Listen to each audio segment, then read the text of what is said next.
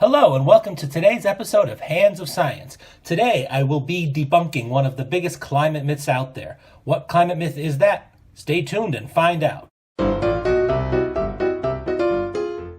London is known as a rainy city.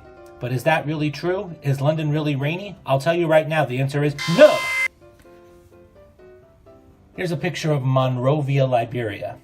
Here's a picture of Mumbai in India. Not too surprising that both of these cities have more rain than London, considering they're tropical and they have the monsoon. But just how much more rain is occurring in those cities compared to London? Let's see. Here we go. We have Monrovia, 4,624 millimeters of rain. That's 182 inches. Mumbai, 2,422 millimeters of rain, 95 inches. London, 602, 23 inches. That's a big difference. Look at that, 600 versus 2,400. That's 4 times more rain in Mumbai, and I'm not even good at math, but even more rain in Monrovia. So you say, well, you just pick some tropical cities. Obviously, they're going to have a lot more rain than London, but London still has a lot of rain compared to other cities comparable to it. Wrong. Here's the full list. So we've got Monrovia, we've got Mumbai, we've got Taipei, we've got Juneau, we've got Miami, we've got Tokyo, we've got Houston.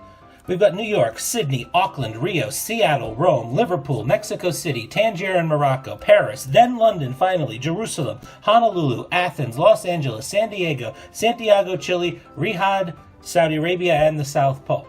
It's not even on the top half of the list. It's comparable to these other dry cities. London and Jerusalem practically the same. Tangier in Morocco has more rainfall by a significant degree per year than London. What are some of the other surprises on this list? Well, I was surprised at how rainy it is in Tokyo. I had no idea. Seattle is not particularly rainy. Look, it's between Rio de Janeiro and Rome.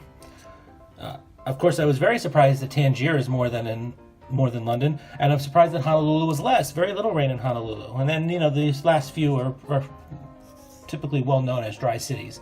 Of course, the South Pole has 2 millimeters of precipitation a year, but it just never melts.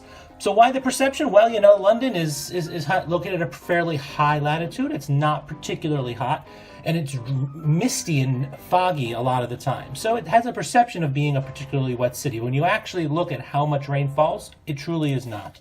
So all the people out there in the UK, stop complaining about the weather in London. It could be a lot worse. You could live in Monrovia. All right.